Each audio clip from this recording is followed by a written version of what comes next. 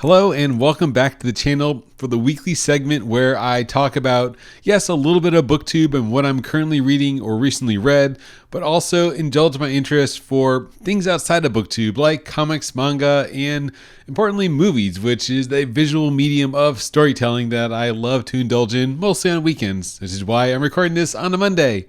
So hello, my name is Zach, and on this channel I mostly talk about books of the science fiction and fantasy genre. But yes, my interests range from comics to manga to personal development, business, and on this segment, movies. So what I'm currently reading or recently read in the book subject is finishing up the books that I started last week and finally finished two books this week because I was mostly done with one of them. And the first one to talk about that I recorded a review on already and I just want to talk more about it is Gene Wolfe's The Shadow of the Torture, book one of the Book of the New Sun. So this is, if you're familiar at all with the book, it is literary science fiction fantasy in the best possible way. The writing is complex, layered. I read it with a companion book about Gene Wolfe's work where the names are references to other works of literature that completely blew over my head. I was just getting lost in the story and trying hard just to figure out what's going on with an unreliable narrator in this fantastical world that has all these made up words because it's a far, far future Earth. It is Earth with a U, and the characters will interact with things that are remnants of our current past because it's in the future, and it's just wild and crazy. And it was such an atmospheric book to get into and get lost into. It really caused me to kind of reevaluate my reading, that maybe I was reading things too fast before, or yes, I would let my mind wander as I listened to an audiobook on the commute while I'm, of course, like paying attention to traffic and not trying to get hit by a car, but I would, step away from the book. So this book would really, I focused on every word. I really tried to analyze the scenes, and I had a really great time with the Book of the New Sun, and I can't wait for my next credit next month to continue the Book of the New Sun. The Chalice is the next book in the series, but The Shadow of the Torture was really great. Or no, it's The Claw of Conviction, I think, something like that for the second book. But The Shadow of the Torture was great. It was interesting, and it was everything you've read. It was definitely a difficult book to read. But then I picked up the book that I had paused to go over to Gene Wolfe's book, and that is Robert Jackson Bennett's The Tainted Cup. This book also really blew me away for very similar reasons, because the world that Bennett creates is just really rich. It's Knives Out, the movie, meets Attack on Titan. So it's a kind of Sherlock and Watson detective mystery in the vein of Knives Out, where you've got a lot of eccentric characters that are just lovable. I loved them by the end. They all have their quirks, and the whole cast is just amazing. But just more than that, like Attack on Titan, the obvious analogy, because there's walls and there's titans, these leviathans, these sea monsters that attack the towns of the empire. But the world is just so complex and rich, and we're only given little hints of it. So we follow the main story, which is a murder mystery investigation that our main characters, Anna and Din, are investigating, the lead investigator, and then our kind of main POV, which is Din, who is the apprentice investigator. It was just such a great story. The cast, it's like a Knives Out, where you've got this eccentric investigator, a bunch of twists and turns of like misdirections of what actually is going on, but at the same time, the world. That's why I sort of compare it to. It's hard to compare it to the Book of the New Sun, because that is just a monster of, science fiction fantasy. But this book just has these hints of the larger world outside of this investigation. So we're given hints of the Titans or the magic technology, which is like plant-based. And I just want to learn more of the world. So similar to the Book of the New Sun, where I wanted to follow Severian and his journey, but I also want to learn about the world. In the Tainted Cup, in the Shadow of the Leviathan series, I want to learn about the world too. So I did place my hold for the second book of the Tainted Cup. So, the second book in the series of Shadow of the Leviathan. So I'm looking forward to that. Both those books were amazing. So I'm very happy to have, two back-to-back 5-star reads for me that were just so interesting. And then what I'm currently reading after I finished Tainted Cup and what I was reading earlier today during lunch break and everything else this weekend is Cradle Book 9 Bloodline. So looking at my queue, I've finally caught up on everything I have a hold on in the library, so it's time to get through that Audible backlog of stuff I've already paid credits for. And Cradle Book 9 is next up, and I thought, yeah, this is going to be a great palate cleanser after two kind of very psychological science fiction fantasy books, more on the fantasy side, but with the science side.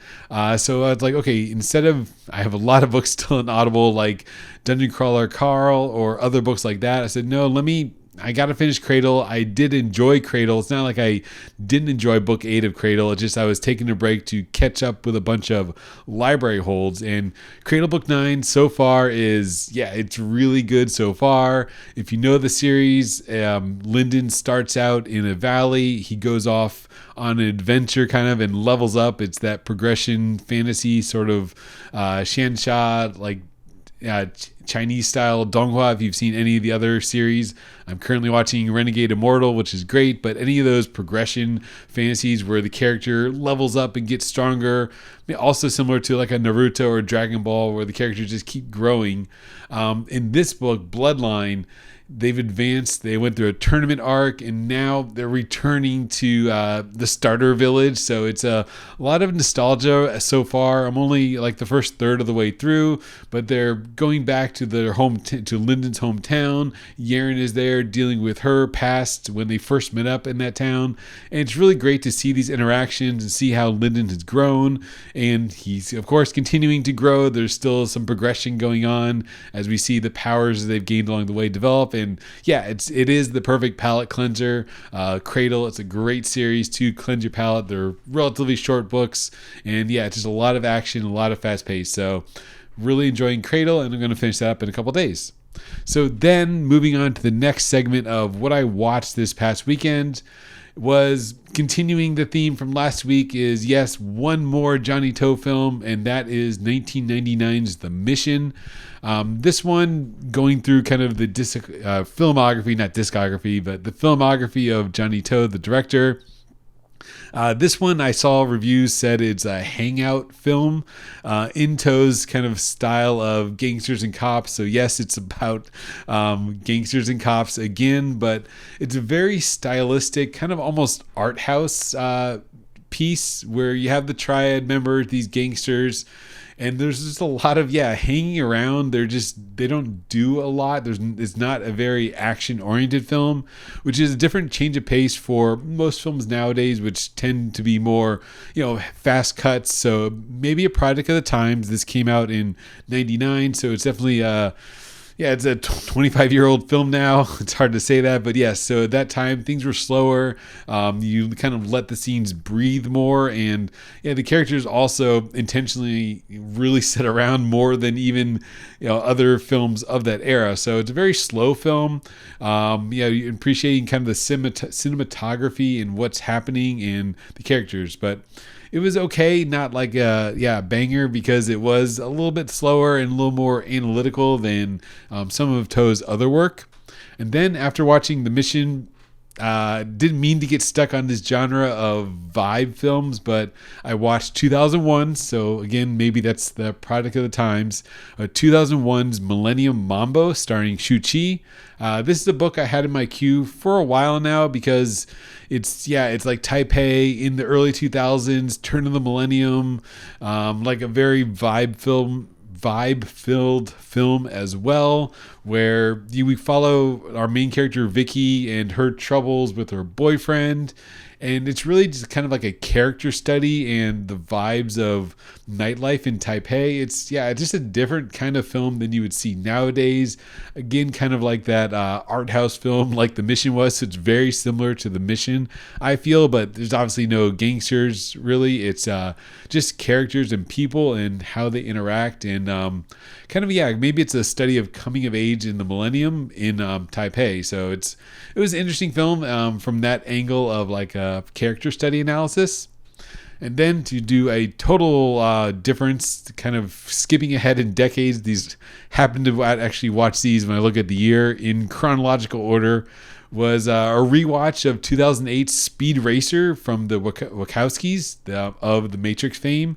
So this had the two great directors, their names attached to it because of their recognition in the Matrix franchise. And this one was a departure from Matrix for sure. It's very stylized like the Matrix was, and if you've seen this film, you know what I'm talking about.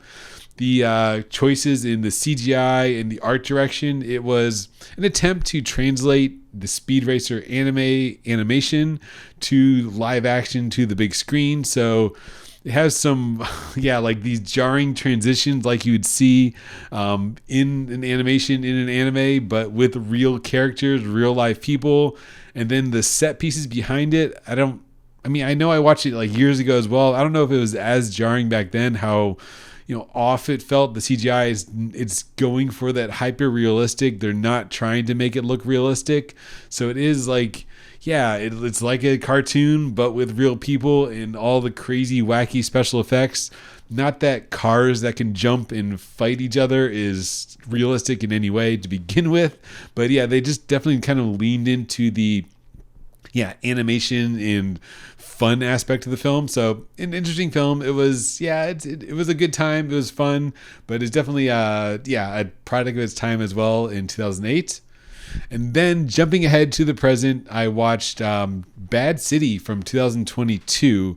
It's a Japanese, also gangster and cop film with kind of a Yakuza angle. But this one, the star of the film is Hitoshi Ozawa. So apparently, reading into this, it is kind of a tribute to him as an actor. He acted in a bunch of these Yakuza gangster films, and this is a chance for him as an older actor to kind of be the cool guy acting in an action film. So it was fun kind of watching this older actor do some action stunts and kind of, just, go around beating up gangsters. There's some fun choreographies, specifically like the microphone scene where he's got this microphone and he's, laying it into these gangsters. And then he starts beating them with the microphone. Some good scenes, some good action, but again, nothing sort of super amazing. Also maybe because the actor, these aren't like this super choreographed John Wick style martial arts, but an okay time for a Japanese kind of gangster film.